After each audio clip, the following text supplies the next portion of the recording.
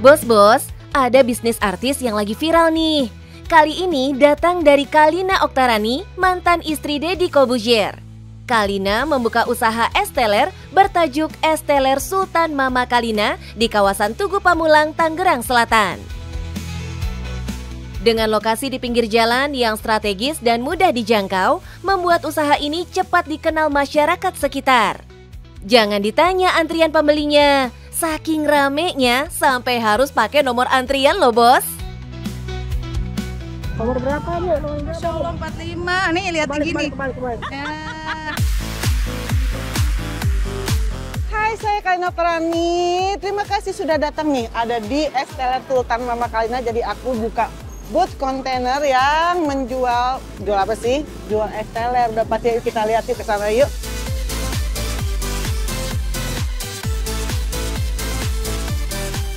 Masih penasaran seperti apa aku dalam meracik es teler Sultan Mama Kalina? Langsung aja, jangan kemana, tetap di Cuan Box.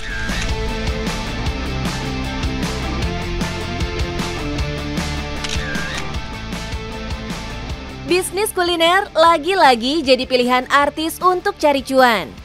Tapi dari sekian banyak kuliner, kenapa pilih es teler sih bos?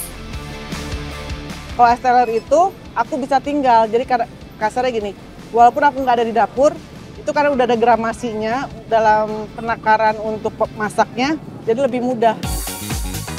Siapa sangka ya bos, ternyata faktor hobi memasak Kalina bisa jadi jalan baginya membuka usaha kuliner. Bahkan katanya, ini bukan bisnis kuliner pertamanya loh.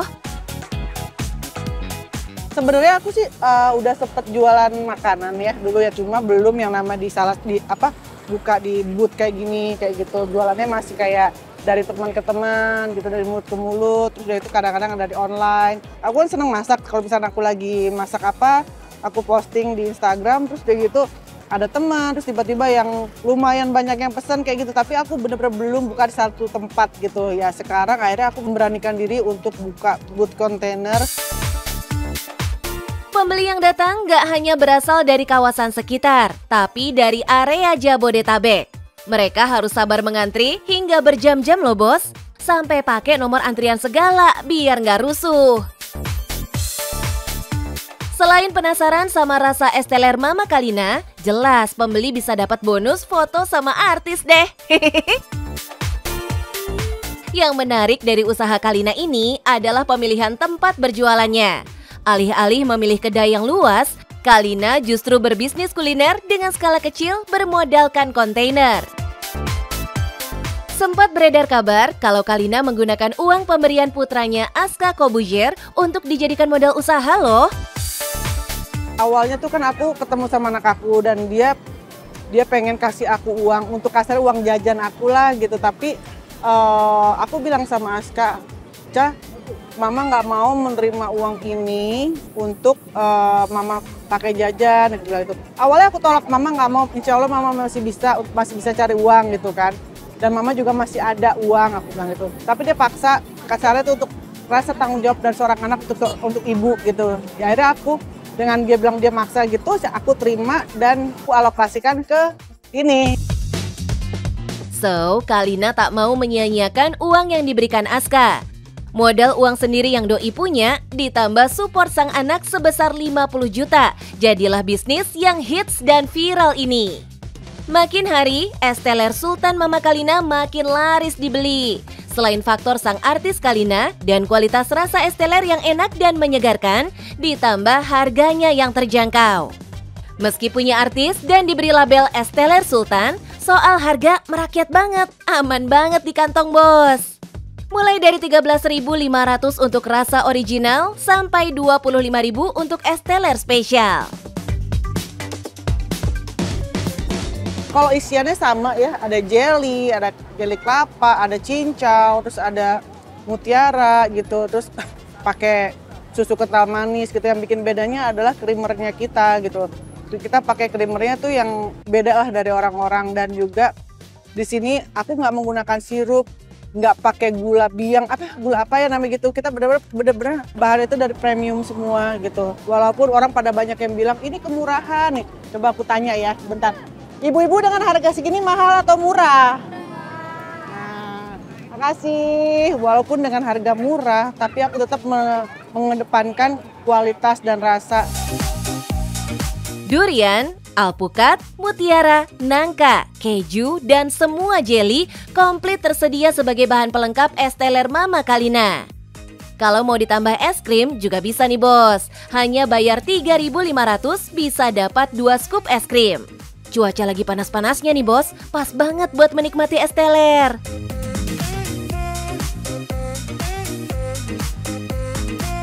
Kontainer dengan warna menyala ini juga jadi daya tarik tersendiri buat customer. Kalau buat pelaku usaha, jelas lebih simpel, estetik dan ekonomis ya bos. Buka dari jam 1 siang setiap harinya, ratusan porsi es teler bisa habis terjual loh bos. Bos, bisnis Kalina ini dapat banyak support dari rekan sesama artis loh. Hari pertama kita jual cuma 18 mangkok, bukan 18 combine ya, ada mangkok, ada ember, ada cup. Itu cuma 18 kita jual. Hari kedua 22. Hari keempat langsung naik beng sampai sekarang alhamdulillah. Yang sekarang itu harus kita batasin 1 orang maksimal di 3. Karena kalau misalkan aku nggak batasin, yang lain kasihan nggak kedapetan. Pertama aku pakai nomor dan juga ada minimum pembelian. Nah, kalau ditanya omsetnya bos, ya jelas jutaan rupiah pasti dikantongi Kalina setiap harinya.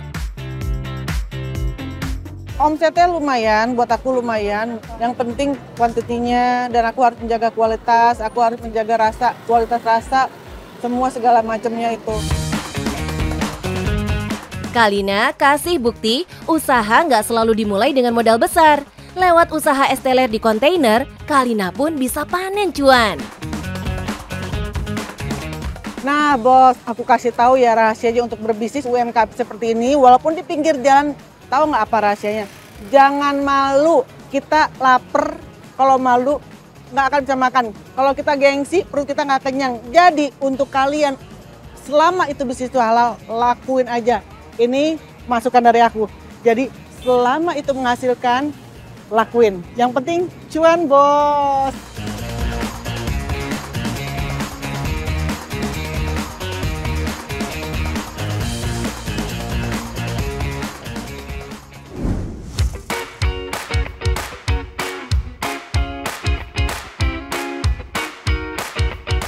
Yang donat. Tren berjualan donat belum juga pudar loh bos. Peluang cuannya jelas masih besar banget. Eits, tapi bakery yang satu ini juga menghadirkan kopi susu kambing yang gak ada di tempat lain loh bos. Auto diserbu pembeli alias panen cuan nih. Tahu nggak bos siapa ownernya? Yap, beliau adalah seorang pendakwah yang juga pengisi acara program religi di Trans 7, Ustadz Kasif Her. Setelah sukses membangun bisnis travel umroh melalui Safaro Travel, Ustadz Kasif mulai merambah dunia usaha kuliner bertajuk Safa Bakery Donat. Halo bos, lagi pada ngapain? Nah, saya lagi di tempat saya outlet. Jadi buat kamu yang pengen makan enak, ngemil sehat, tanpa takut gula darah naik, kesini nih Safa Bakery dan Donat. Penasaran? Tetap di cuan bos.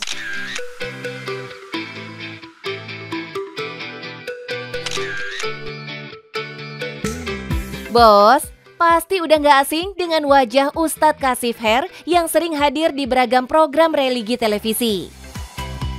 Siapa sangka bos, di tengah aktivitasnya berdakwah dan membina masyarakat, Ustadz Kasif nyemplung juga ke bisnis kuliner. Nggak sekedar berbisnis kuliner tentunya bos, selalu ada unsur dakwah di dalamnya.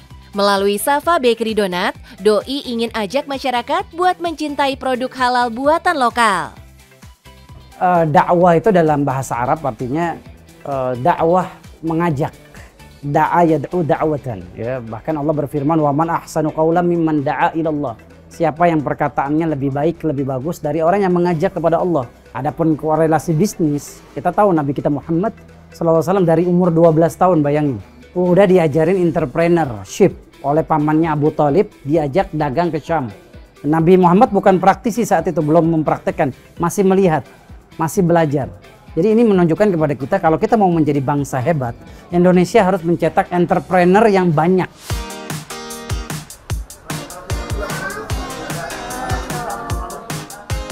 Tuh bos, kehadiran bisnis kulinernya ini menjadi bentuk dakwah dalam bidang ekonomi.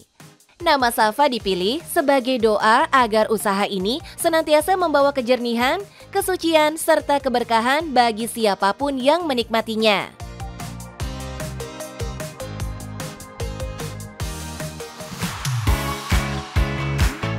Bicara soal produksi, balik lagi ke konsep awal.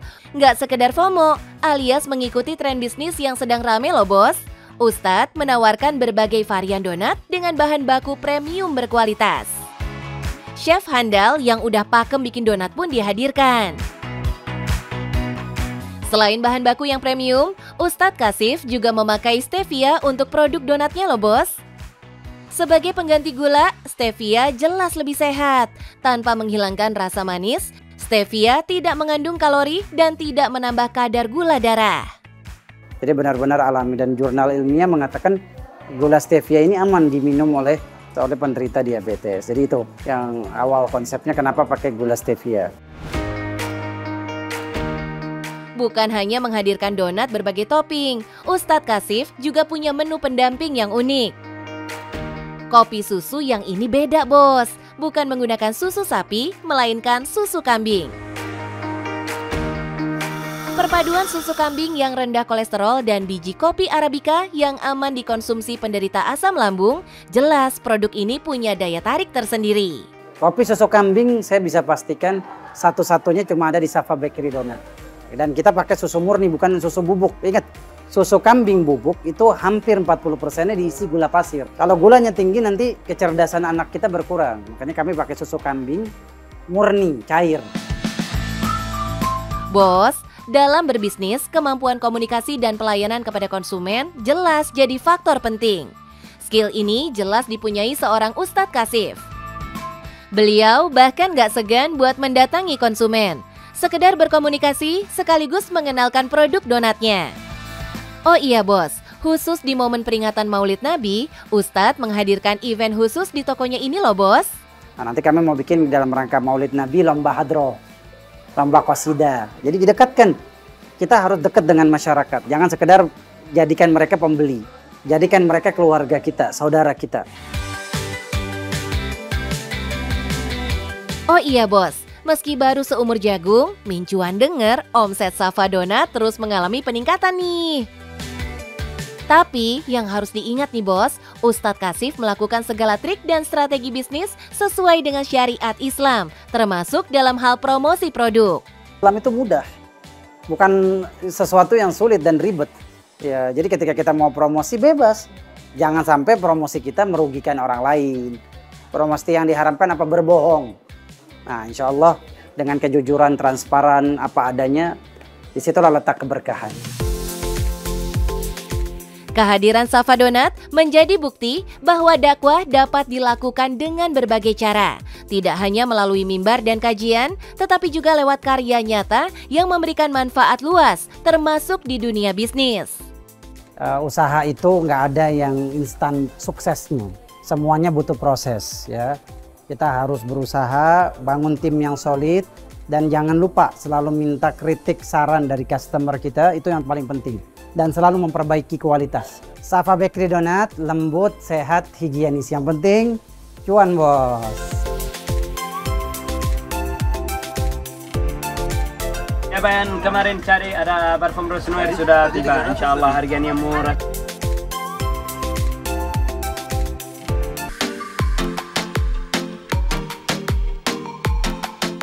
Kemarin cari ada parfum Rose Noir sudah tiba. Insya Allah siapa mau beli Rose Noir datang ke toko bos ambil. Cuma 400.000 rupiah Jokowi, paling murah di dunia. Bos, buat para pedagang, live TikTok itu penting banget. Apalagi kalau bukan buat media promosi dan berjualan. Begitu juga yang dilakukan salah satu pedagang oleh-oleh di Arab Saudi ini. Lewat live TikTok, Doi menyapa para followers dan pelanggannya di Indonesia. Jelas pakai bahasa Indonesia yang super fasih bos. Assalamualaikum bos, aku bos Hamid. Siapa yang mau cari parfum murah dan harumnya yang bagus-bagus, yang lembut, saksikan di Cuan Bos.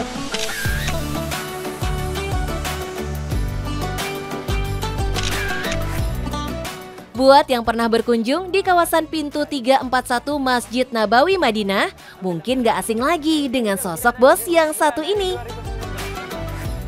Bos Hamid, salah satu pengusaha parfum yang kerap viral karena metode marketing unik yang doi lakukan. Bukan cuma aktif di dunia maya, di dunia nyata alias di tokonya, Hamid juga sering membagikan hadiah parfum cuma-cuma kepada pengunjung. Kok bisa ya? Saya sudah melanggan sama orang Indonesia dari tahun 2018 begitu. Jadi dulu waktu 2018 saya tidak bisa bahasa Indonesia. Yang bantu siapa? Orang Sulawesi Makassar. Jadi waktu kalau dia datang umroh atau apa, dia suruh temannya ke sini, suruh keluarganya. Jadi saya bisa bahasa Indonesia sedikit-sedikit. Kalau ada orang datang belanja di toko, saya kasih dia parfum gratis. Yang follow IG saya kasih dia parfum gratis begitu. Jadi viral. Bincang hangat memang menjadi ciri khas yang Hamid lakukan, bos. Orang Indonesia baik dan rahmat, dan juga saya tidak bisa bahasa Pakistan, tidak bisa bahasa juga India, tidak bisa bahasa Turki. Jadi saya fokus untuk bahasa Indonesia. Jadi semua temanku orang Indonesia. Salah satu produk yang doi tawarkan adalah parfum. Berbagai merek parfum doi jual di tokonya, bos. Dengan kualitas top, tapi harganya miring loh. Kamu buka toko baru buka sosial media harus jadi baik. Dulu pertama kamu buka toko atau pertama kamu kerja karyawan harus jadi baik. Membangun sebuah kedekatan dengan pelanggan merupakan salah satu trik yang bisa dicoba ya, bos. Para pembeli akan merasa nyaman saat memilih produk yang ditawarkan sampai akhirnya memutuskan untuk membeli. Karena orang Madinah dari dulu baik, Rasul sama-sama harus kamu baik, harus. Dan bukan cuma orang Indonesia saja, sama semua yang datang ke sini saya ramah-ramah. Promosi lewat sosial media juga sangat penting. Ini juga cara membangun relasi dengan customer, bos. Bukan cuma itu, Hamid juga sangat menjaga hubungan baik dengan sejumlah pelaku usaha jasa travel. Tidak, saya di sosial media dan ada temanku juga yang punya travel, ada temanku yang tour leader, ada temanku yang semua bisa. Ada juga temanku yang punya travel banyak juga.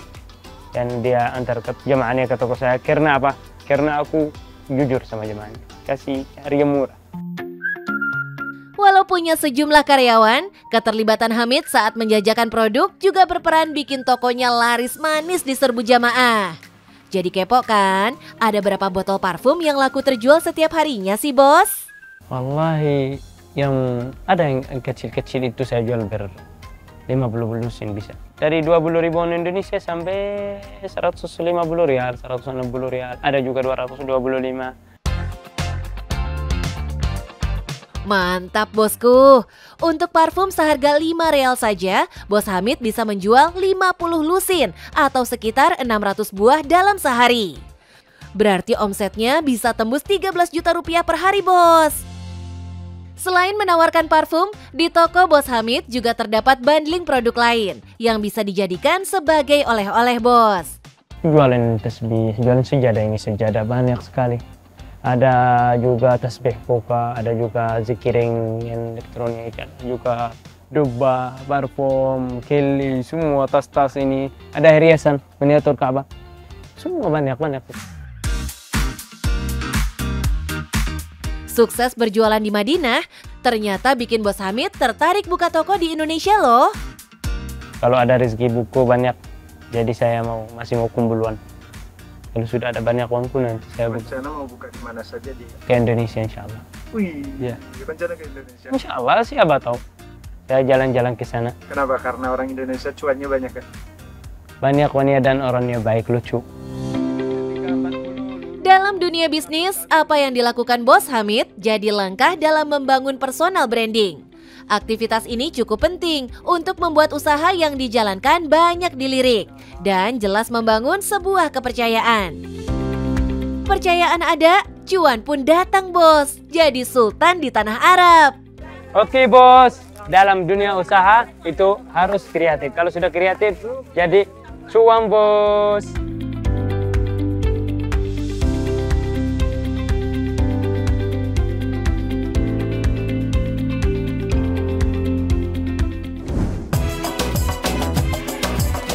Bos, tren berbahasa Indonesia sejumlah pedagang di dekat kawasan Masjid Nabawi memang makin menjamur.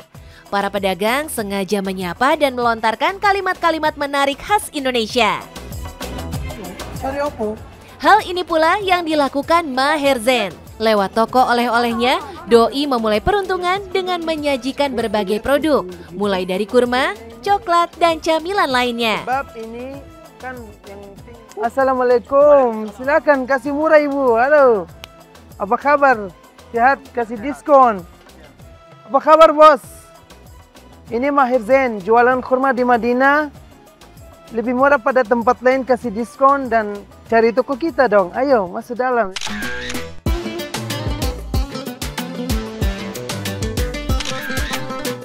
Melihat banyaknya jamaah Indonesia membuat Bos Maher tertarik untuk memperdalam kemampuan berbahasa Indonesia. Cara ini dinilai sangat efektif untuk memasarkan produk yang ditawarkan. Sebenarnya kita kan dari 10 tahun ada toko kurma jualan di Madinah. Itu sudah belajar sama orang Indonesia, orang haji Indonesia. Terus kan banyak oleh-oleh belinya orang Indonesia, ada banyak langganan kita. Sudah belajar bahasa Indonesia, bahasa Sunda, bahasa Makassar. Untuk produk yang dijajakan Maher sendiri sangat beragam, mulai dari kurma, coklat, berbagai kue kering, dan kacang-kacangan. Bagi Maher, dalam membuka bisnis oleh-oleh, produk bukan segalanya, harus diimbangi dengan layanan lainnya. Kedekatan inilah bos yang membuat para pelanggan puas dan menjadikan toko oleh-oleh Maher sebagai langganan. Walau sudah berjalan sekitar 10 tahun, terbukti usaha milik Bos Maher ini masih bertahan. Gak cuma dari Indonesia, berbagai kalangan jamaah dari sejumlah negara lainnya pun menjadi pelanggan setia. Orang Indonesia, orang Malaysia, orang Singapura, Brunei gitu. Alhamdulillah banyak orang datang gini, kita ada langganan dan bagus alhamdulillah. Bos, dalam dunia bisnis, mempertahankan pelanggan sangatlah penting. Ada beberapa tips yang bisa bos-bos terapkan. Pertama, para pelaku usaha harus responsif dan cepat tanggap melayani customer. Kedua, yaitu program loyalitas dengan melakukan diskon dan promo khusus. Selanjutnya, kualitas produk. Kembangkan produk untuk memenuhi kebutuhan pelanggan yang terus berubah. Seperti Maher yang menghadirkan produk viral di tokonya. Semua orang Indonesia tahu toko kita ada apa. Kan banyak macam, cuma coklat, kacang, kurma nabi, shmish. Harus fresh, harus yang bagus, yang baru gitu. Kamu bisa jual. Tidak cuma jalan di tempat, usaha ini pun terus berkembang dengan melakukan ekspansi bisnis di lokasi lain bos. Saat ini saja, setidaknya ada 3 cabang bisnis yang dibangun oleh Bos Maher. Insya Allah ada, kita sekarang ada di Madinah toko kurma 3. Insya Allah nanti kita mungkin tahun depan gitu, ada planning mau buka toko di Mekah juga. Langsung saja bos kita spill, kira-kira nih ada berapa ratus pembeli sih yang datang ke toko oleh-oleh milik Bos Maher? Iya, tapi datang di sini mungkin, alhamdulillah mungkin 1000 orang, 500 orang gitu. Alhamdulillah, setiap hari lewat masuk dalam kita kan 20 jam, 20 hours buka kita. Sedep banget cuannya ya bos. Kalau satu pengunjung membeli oleh-oleh dengan harga paling kecil 10 real, berarti dalam sebulan Bos Maher bisa mengumpulkan ratusan juta rupiah. Pantas saja kalau Maher jadi sultan di tanah Arab. Bos, banyakkan pilihannya dalam membuat bisnis. Enggak cuma produknya saja yang bagus, tapi servisnya juga harus totalitas biar makin cuan bos.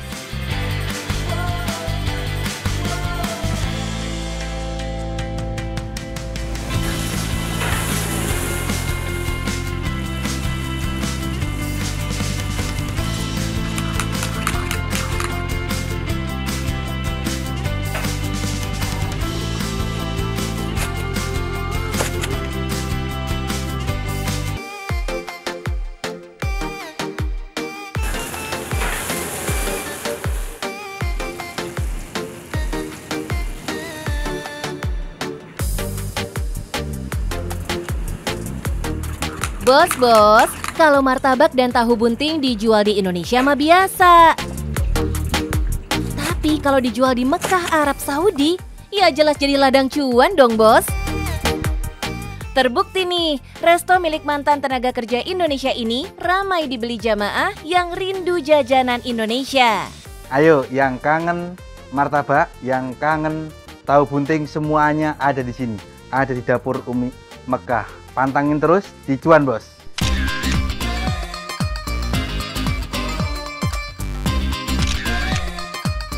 Lima belas tahun lalu, Jundan memulai karirnya sebagai tenaga kerja Indonesia di Arab Saudi. Tukang servis AC dan sejumlah pekerjaan pernah Doi lalui. Dan tak sedikit pun Doi patah semangat. Pertama itu kita memang masuk di Saudi sebagai TKI. Waktu itu saya bekerja di bagian AC, servis AC. Berjalannya waktu, saya sendiri waktu itu dikenalkan di bidang jasa haji dan umroh. Akhirnya saya sendiri mengenal problem-problem jamaah di restoran yang terkadang dia kangen dengan masakan Indonesia. Setelah merasa cukup pengalaman di bidang tour dan travel, Jundan pun mengembangkan usaha di bidang kuliner. Akhirnya sekitar 1 tahun lalu, pria kelahiran Solo ini pun memulai bisnis dengan mengusung konsep menu serba Nusantara di Mekah. Kalau saya sendiri backgroundnya memang suka masak ya. Jadi makanya saya ada motivasi dari saya hobi masak gitu. Jadi kenapa tidak saya kembangkan di Saudi?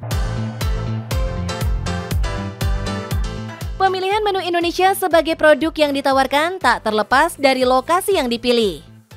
Kawasan Mekah merupakan tujuan utama dalam perjalanan ibadah haji dan umroh yang banyak dikunjungi jemaah Indonesia. Dengan hadirnya resto ini, Jundan berharap bisa mengobati rasa rindu jamaah yang ingin menikmati masakan dengan cita rasa lokal. Di sini saya berusaha untuk menyediakan semua masakan Nusantara.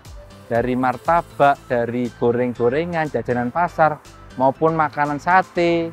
Terus ada masakan-masakan nasi goreng, mie ayam, bakso, dan sebagainya. Terkait dengan produksi, Jundan tidak hanya menawarkan menu berat saja loh bos. Terdapat juga jajanan khas mulai dari martabak terang bulan, martabak telur, dan tahu bunting. Sementara untuk rempah-rempah yang jadi bumbu masakan, Jundan mendatangkan langsung dari Indonesia. Jelas ini jadi cara Jundan buat menjaga rasa yang otentik. Jamaah-jamaah Indonesia itu tahu bisa membedakan makanan yang ini rempahnya dibikin dari Indonesia atau rempah dari Saudi. Memang banyak perbedaan gitu. Jadi yang jelas kita rempah-rempah kita datangkan dari Indonesia semua melalui penerbangan umroh ataupun juga kita kadang ada yang menyetok dari pasar-pasar Saudi Arabia. Bos, membuat sebuah ide bisnis memang harus total. Persiapan dilakukan secara matang, mulai dari produk, pemasaran, hingga lokasi. Begitu pula yang Jundan lakukan. Dengan konsep yang matang, Jundan menyajikan resto yang nyaman. Memang kita fokus ke jamaah umroh. Jadi kalau orang Saudinya kita mungkin 1-2 tetap ada, cuma fokusnya kita ke jamaah umroh. Tujuannya kita memberikan rasa nyaman, rasa tenang di negara orang. Kita punya konsep, punya masakan yang memang benar-benar masakan Indonesia. Jundan juga menjalin kerjasama dengan sejumlah agen travel. Cara ini dinilai efektif dalam menarik konsumen untuk datang ke restonya. Bekerja sama dengan travel-travel, bekerja sama dengan asosiasi-asosiasi di Indonesia. Jadi alhamdulillah kita media juga jalan. Makin kesini, bisnis bos Jundan makin berkembang. Gak heran kalau Doi berencana buat buka cabang bos. Kalau ke depan insya Allah rencana kita baru mau buka outlet yang ada di Madinah maupun outlet yang ada di Mekah. Targetnya tahun ini. Bos, meski usaha terus berkembang, Jundan sadar banget buat membuka sebuah usaha di negeri orang itu banyak sekali tantangannya. Berbekal pengalaman, Jundan udah punya cara untuk mengatasinya. Kita harus berani ya, jadi tidak boleh takut walaupun di negeri orang. Jadi kita berusaha untuk teman-teman yang di sini juga sama kita yakinkan bahwa kita itu bisa, walaupun kita itu notabene kita seorang TKI yang memang tidak semua orang bisa berani ke sini ya. Datang ke sini ke Saudi pun juga orang masuk ke Saudi takut akan kekerasan dan lain sebagainya. Jadi yang jelas kita di sini harus rajin-rajin untuk berkomunikasi dengan teman-teman. Tuh bos, komunikasi kuncinya. Apalagi di negara orang ya, pendekatan khusus wajib dilakukan bos. Nah, selain membidik market jamaah dan WNI yang tinggal di Arab Saudi, ternyata pelanggan restonya juga datang dari masyarakat lokal Arab bos.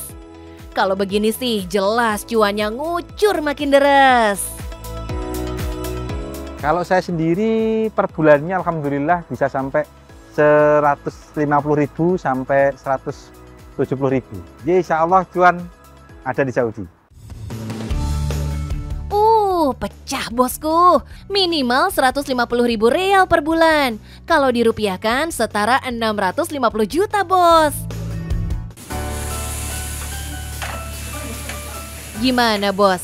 Tertarik mengikuti jejak Bos Jundan dalam membuka peluang bisnisnya di Arab Saudi? Intinya, tetap percaya pada kemampuan diri dan selalu jeli cari peluang cuan.